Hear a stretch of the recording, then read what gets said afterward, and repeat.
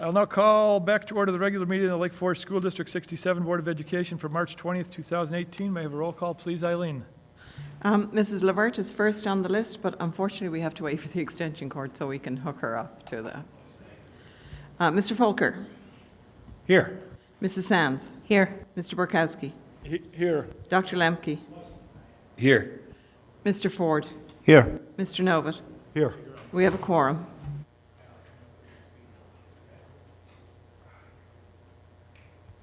So Alice is here. Alice? I'm here. Alice is here. She's on speakerphone. All righty. Okay, there's no president's report tonight other than to wish everyone a safe and fun spring break. So we move to the superintendent's report. All right. Thank you, Mr. Borkowski. There are a number of things, just a lot happening at this time of year. I want to first look backwards and then look forwards. We recently had the National School Walkout. It was on March 14th and not an insignificant event in operating the districts, and how to handle that was really a difficult challenge. One note on this is we got advice from council, and they told us to do these 8 things, make sure we did these 8 things. And when we got this advice, we were very pleased to see that we had already done all of these various steps.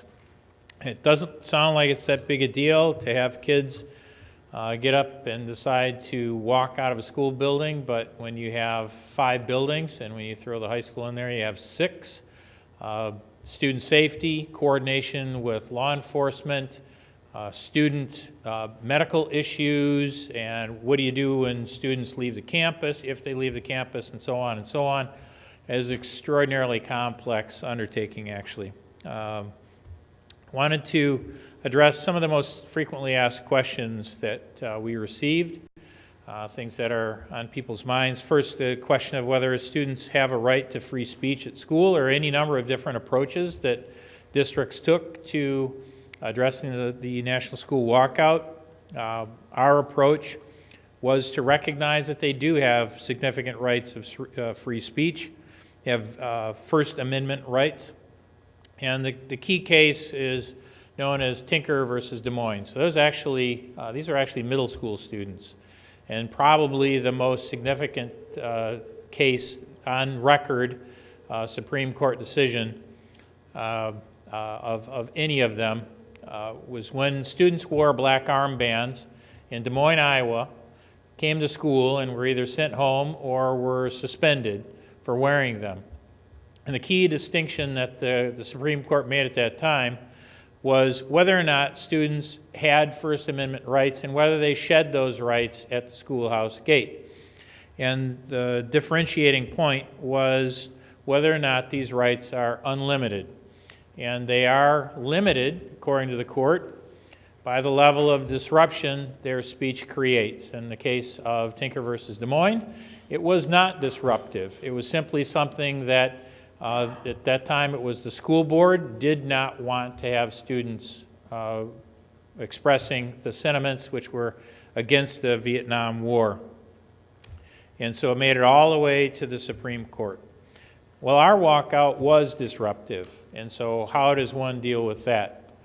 And in this case, our council encouraged us to consider which would be more disruptive, trying to regulate the speech, as it's called, or trying to not regulate that speech. And while we aren't facilitating that, we are ensuring that safety is our first priority and making sure that it is safe and orderly, which it was. And in our case, we deemed that it was more disruptive to try to regulate it than letting the students do what we knew that they were intent on doing.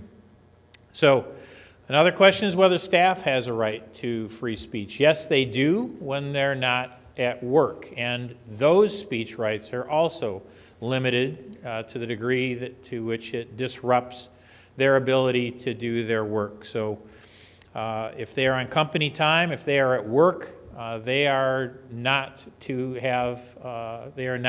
speak politically.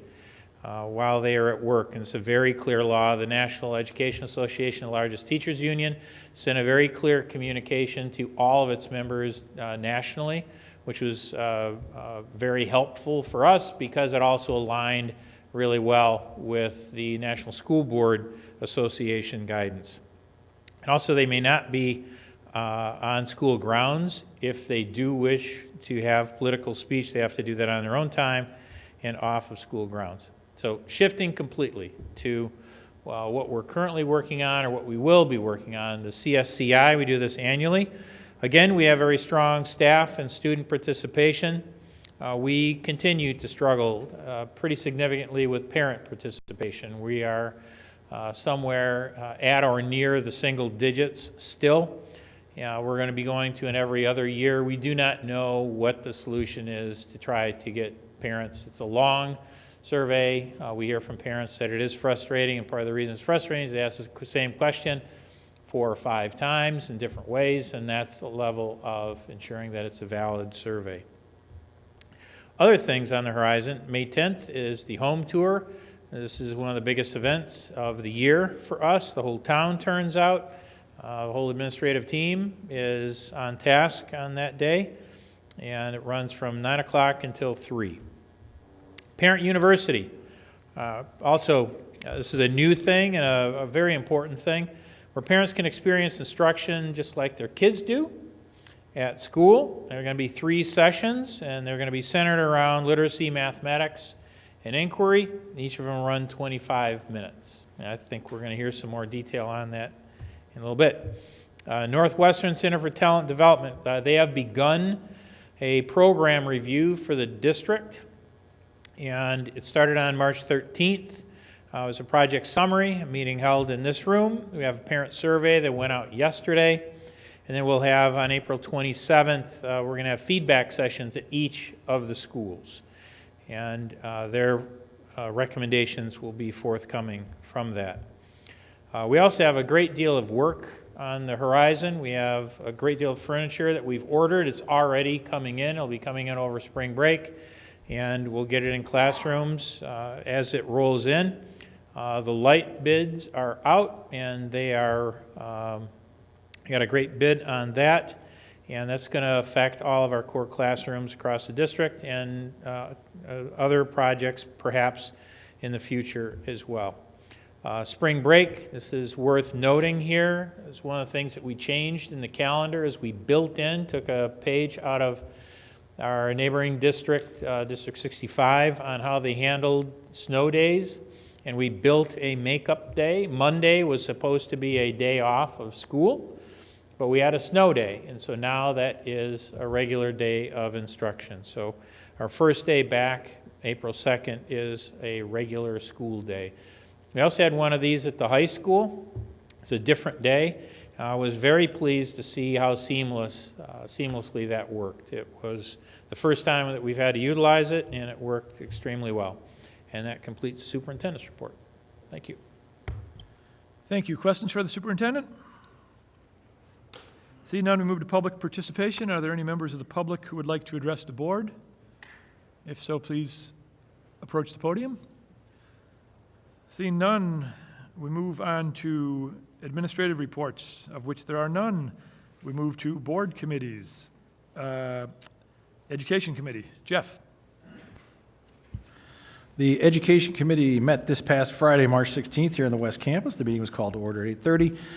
We had a variety of updates that we discussed and reports that were made by the administration. The first one was on social emotional learning curriculum and resource adoption by Renee Fitzsimmons. Renee brought the committee up to speed on the implementation of this social emotional learning standards into the district curriculum.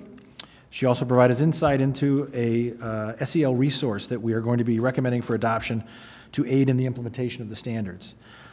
Just a little background, there are 5 social emotional learning competencies that eventually will have to be worked into the District 67 curriculum, and this is mandated by the state. Those 5 competencies deal with self-awareness, self-management, relationships, goal setting, and getting things done. All of these will be rolled out in 3 phases over a 2-year time frame, so it's not something that's going to be done immediately. And there is a social emotional learning curriculum committee that has been working to unpack, power, and scale these standards. However, their initial focus is just on the first two competencies, the self-awareness and the self-management. The good news is, in their work so far, all of the grade levels have been aligned relative to what the targets should be for kids getting to or attaining the standards. They're also, the SEL committee is also looking at two different resources to use K through 8 in helping teachers ensure that the standards are being embedded into the curriculum.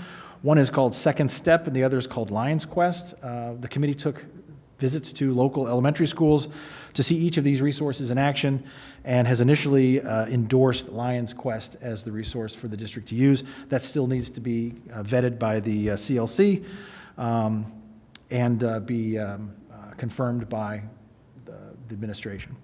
In terms of next steps, there will be an Institute Day on March 23rd where staff will talk about how to embed the standards into curriculum, figure out where standards and targets are already being taught throughout the classes, and gather data from teachers.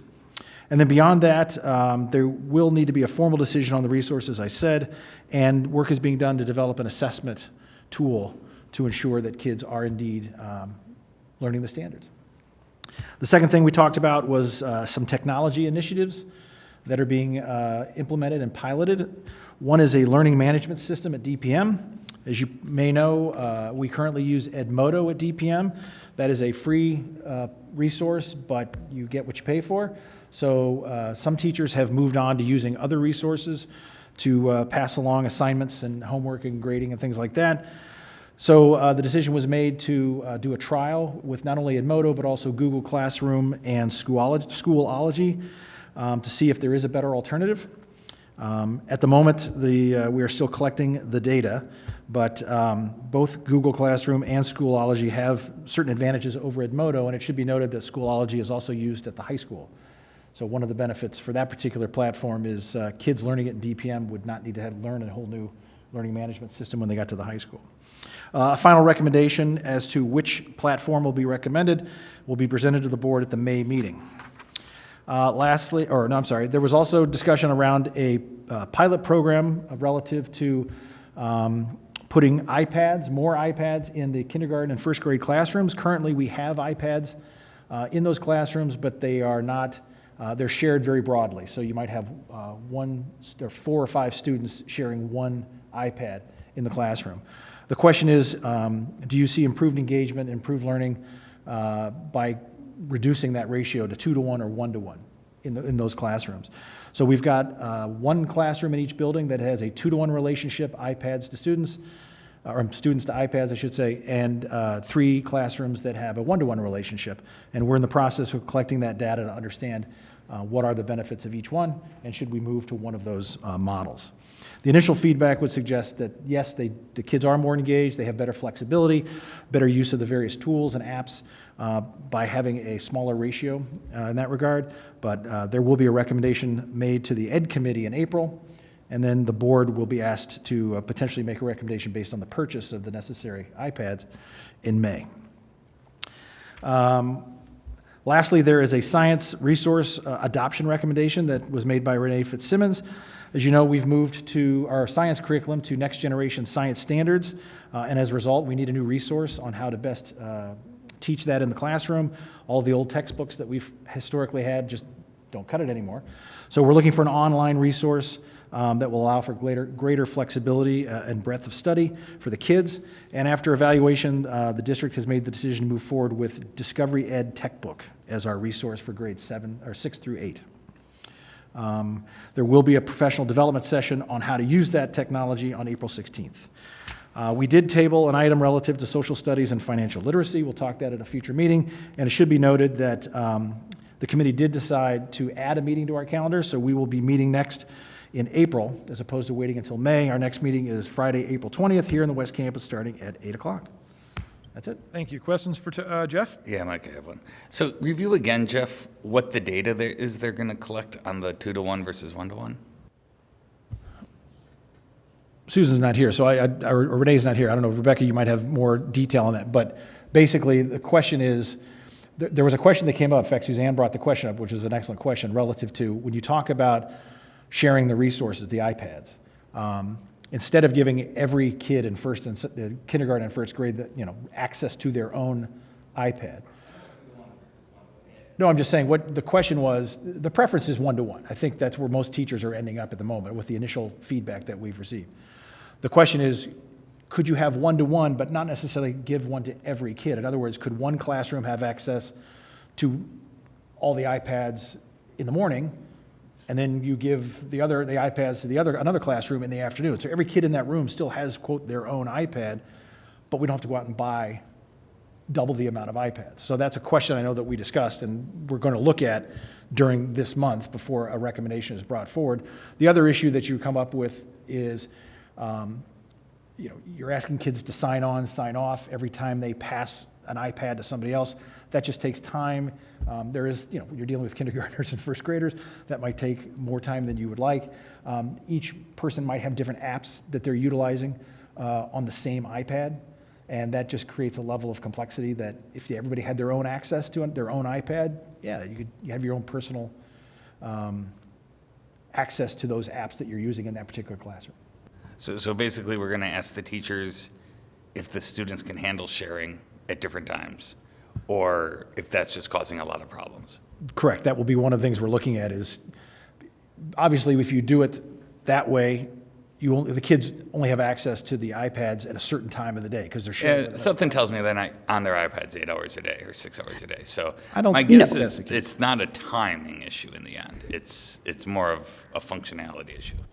So one of the things that we discussed in the committee was exactly that, is are we talking about that they need to be using them all day, and that actually isn't the challenge. The challenge is that when you are differentiating, there's a couple challenges. One is when you're differentiating the apps, each time someone signs in and signs off, the iPad has to readjust to which person they're with, and that takes time. So that's one of the issues that came up and was discussed. The other one is, one of the things that they're using them for is not necessarily to interact with apps. It's to document learning, or to document paper things that they're doing, or to document manipulative things that they're doing, and to take a picture and talk about what it is that they learned from what they did. And if you only have them in the morning, then you can't pop over and get it when you want to document something that you've worked on. And if you have to share it with 3 people in your class, and the person who you share with is at the same workstation that you are, and you're both trying to document it, then you have that falter. So it's not so much like that we need them to all have these minutes that many hours. It's a matter of, does it take up too much time in these types of transitions, or does it limit their access to them when you want to be doing this kind of documentation and reflective work that they start doing very naturally, that then leads into better work when they're older around documentation and reflection? Other Do you have questions? more to add? No, I think you did a very good job. I'm going to have you answer all our I questions. listened at the committee. And essentially, Rob, it'll be a pros and cons list of 1-to-1 versus 2-to-1, and if the pros on the 1-to-1 list justify the spend.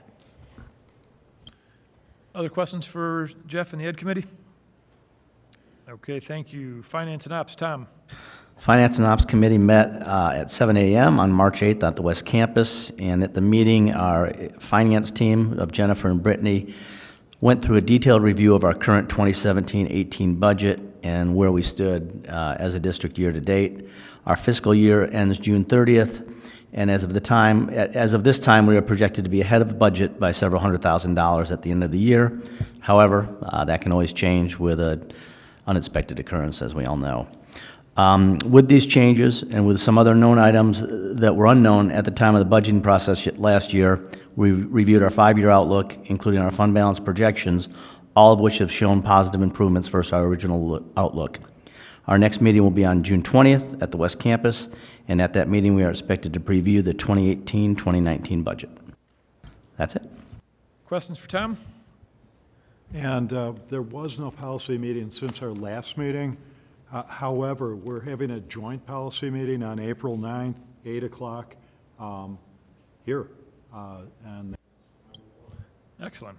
Any questions for the Policy Committee? Moving on, compensation. Rob? Compensation has not met. Nor has JSSC. Moving to Liaison Reports, NSSED. Suzanne?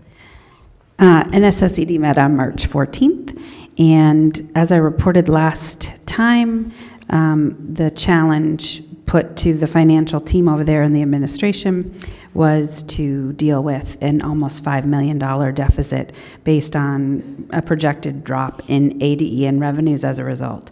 And they worked diligently and were able to do it. And so the draft 2 budget that they've generated eliminates that deficit with a drop of 68.5 FTE. So they really went to the mat. They looked at all their programs in depth. They did it in cooperation with member districts and really getting their heads around exactly what the AD was going to be coming from all the member districts and looking at ways in which they could gain efficiencies to get that done. They are still working on draft 3, which involves some other aspects of the budget that haven't been had a deep dive on yet, but they were able to deal with the program side. We also had an update from Early Childhood Services on where they're at against this goal that I believe I talked about last year of getting all early childhood classrooms to be at a ratio of no more than 30% of the students having IEPs.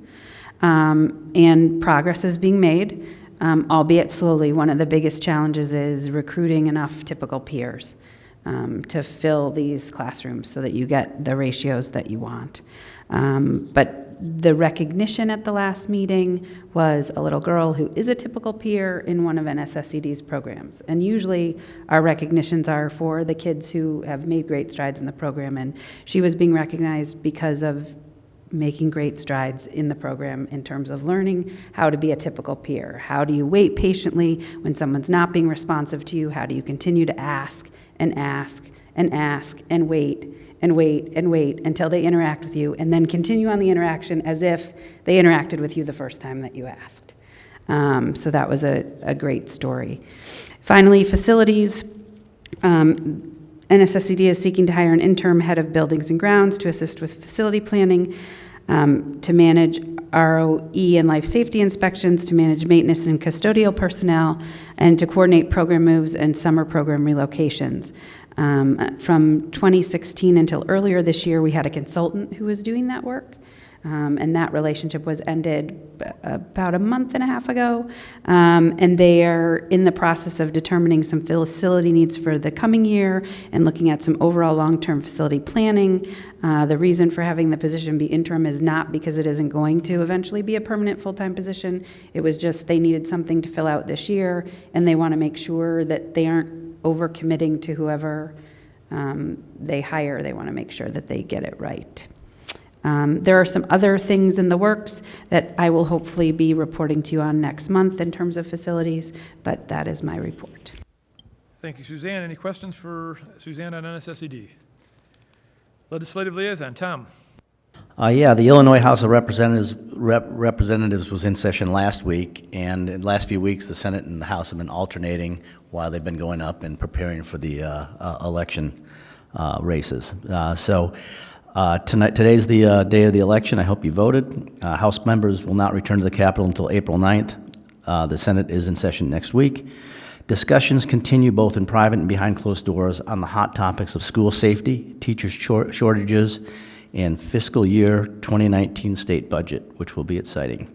But despite these most pressing topics facing public education today, lawmakers continue with the onslaught of proposals that would place new burdensome mandates on local school districts without proposing a way to fund them, where no time is added to the school day or days added to the school year to implement them. And some of the things that they're talking about bringing on to the districts are new instruction for emotional intelligence, civics, historical contributions of gay, lesbian, bisexual, and transgender people, safe walking and biking, computer science, black history, parenting and education, and this is instruction.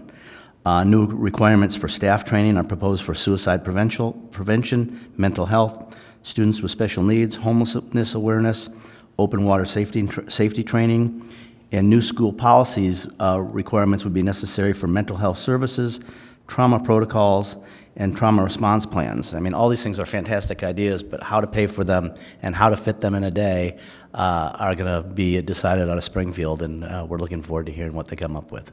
That is it. Thank you, Tom. Any questions for Tom? Spirit of 67, Suzanne. Spirit of 67 has not met. Exec APT, Jeff. The District 67 APT held its annual meeting on Wednesday, March 14th at Croya.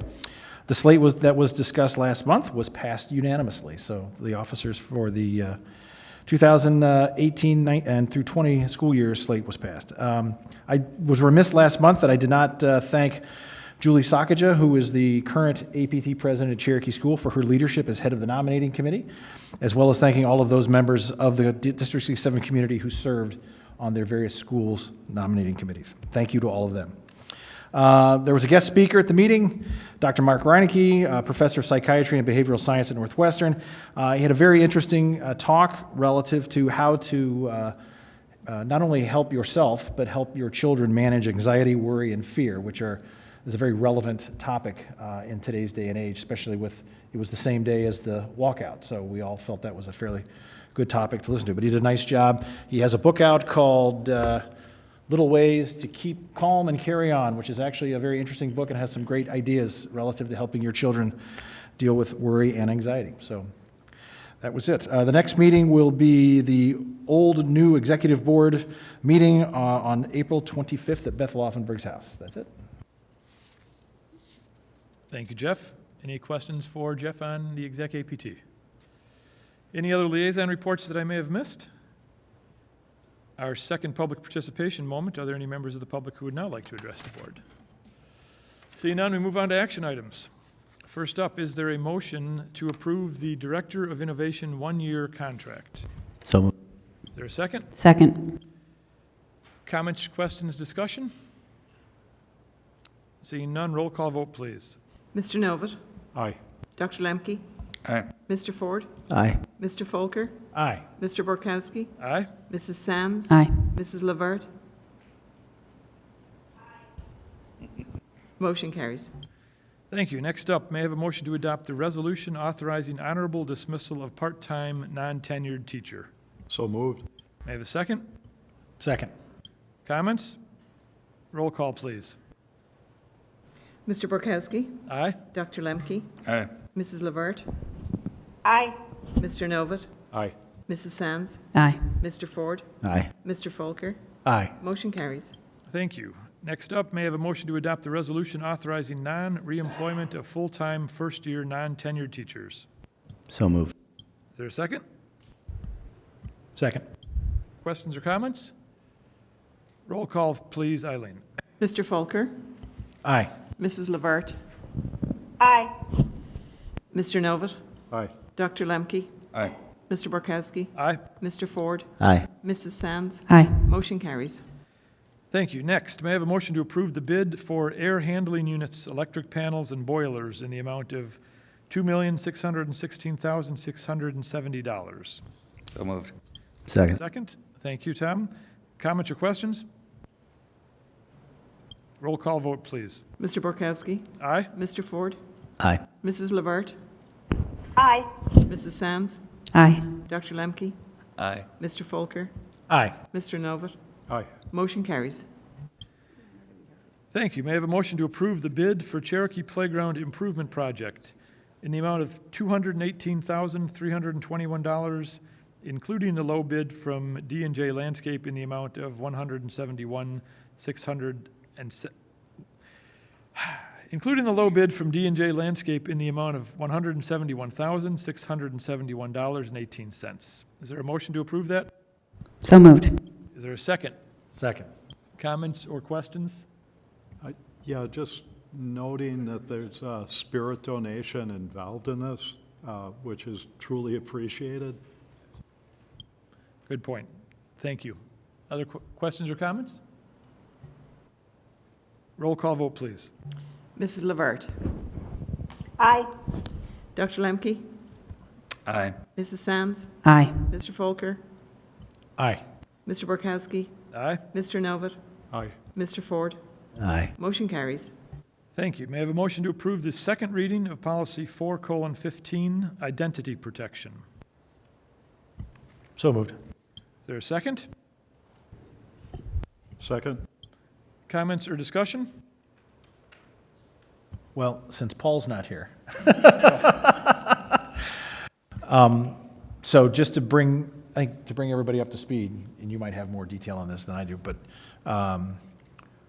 we did go back to the lawyer, correct? Our lawyers, and ask them about Paul's questions relative to the fact that the rewritten policy that we had the first reading last month did not speak about some of the elements of, what's the acronym there that he was using? What is the privacy, what is it? PIPA, yeah, right. So, and it was focused primarily on just securing Social Security information. He expressed some concern that the policy did not go broadly enough in its rewritten state. In talking with press and with the lawyer, it sounds like there are things coming down the pike over the next several months in the summer that will start to add back in some of the issues that Paul brought up relative to things beyond just the Social Security. Is that correct, Eileen? Yes, he basically said that there may be many changes over the next short while, depending on legislation and depending on what's coming up down the pike. But he said we should approve this as it stands right now, but there will be several changes coming up. So there you go. Thank you. Other questions or comments? Roll call vote, please. Mrs. Sands, Aye. Dr. Lemke, Aye. Mrs. Levert, Aye. Mr. Ford, Aye. Mr. Borkowski, Aye. Mr. Novit, Aye. Mr. Folker. No. Motion carries. Thank you. May I have a motion to approve the first reading of policy 7:260, exemption from physical education? So moved. Is there a second? Second. Comments or questions? Roll call vote, please. Dr. Lemke, Aye. Mr. Borkowski, Aye. Mr. Novit, Aye. Mrs. Levert, Aye. Mr. Ford, Aye. Mrs. Sands, Aye. Mr. Folker. Aye. Motion carries. Thank you. May I have a motion to adopt the resolution authorizing and providing for an installment purchase agreement for the purpose of paying the cost of improving school facilities in and for the district, authorizing the refunding of certain outstanding debt certificates of the district, and for the issue of general obligation debt certificates, limited tax of the district not to exceed $9,500,000. So moved. May I have a second? Second. Comments or questions? Jen, for the public, can you, in 3 sentences or less, say this in English? 3 is going to be a struggle, maybe 5. Basically, this is refunding up to $1 million of 2008 bonds that are now eligible to be refunded. We wouldn't normally go out and refund those just on their own because it's too small of an issuance, but since the board approved an $8.5 million borrow last month, we're going to tag that onto it and take advantage of some interest savings of about $27,000. Great. So it's not additional new money. It's dealing with... refunding. Perfect. Other questions or comments? Thank you. Roll call vote, please. Mr. Ford, Aye. Mr. Novit, Aye. Mrs. Levert, Aye. Mrs. Sands, Aye. Dr. Lemke, Aye. Mr. Borkowski, Aye. Mr. Folker. Aye. Motion carries. Thank you. Next, may I have a motion to approve the human resources items as presented? So moved. Second. Second from Rob. Thank you. Comments or questions? Roll call vote, please. Mrs. Sands, Aye. Dr. Lemke, Aye. Mr. Ford, Aye. Mr. Folker, Aye. Mr. Borkowski, Aye. Mr. Novit, Aye. Mrs. Levert. Aye. Motion carries. Thank you. We now move to the consent agenda. Any item may be removed from the consent agenda at the request of a board member. Items on the consent agenda this month: approval of disbursements, payroll, and financial statements dated February 2018. Approval of release of executive session minutes August 22nd, 2017 through January 23rd, 2018. Minutes of regular meeting and workshop February 27th, 2018. Minutes of an executive session February 27th, 2018. Minutes of a joint board executive session March 6th, 2018. Disposal of audio recordings May 24th, 2016. Would any board member like any item removed from the consent agenda? No? May I have a motion to approve the consent agenda as presented? So moved. Is there a second? Second. Questions or comments? Roll call vote, please, on the consent agenda. Mr. Novit, Aye. Dr. Lemke, Aye. Mrs. Levert, Aye. Mr. Borkowski? Aye. Mrs. Sands? Aye. Mr. Ford? Aye. Mr. Folker? Aye. Motion carries. Thank you. FOIA request. We had one FOIA request this past month. Sheila Shanafelt, RJB Commercial, status complete. Announcements. Thursday, March 22nd, 2018, spring break begins at the close of school day for students. March 23rd, 2018 is an institute day, no student attendance. Monday, April 2nd, 2018, school reopens. That is a snow day makeup from February 9th, 2018. And Tuesday, April 24th, 2018, our next meeting, Board of Education meeting, 7 p.m. right here in the West Campus Boardroom. May I have a motion to adjourn the Lake Forest School District 67 board meeting in record time? So moved. May I have a second? Second. All in favor? Aye. Aye. We are adjourned. Thank you, Mrs.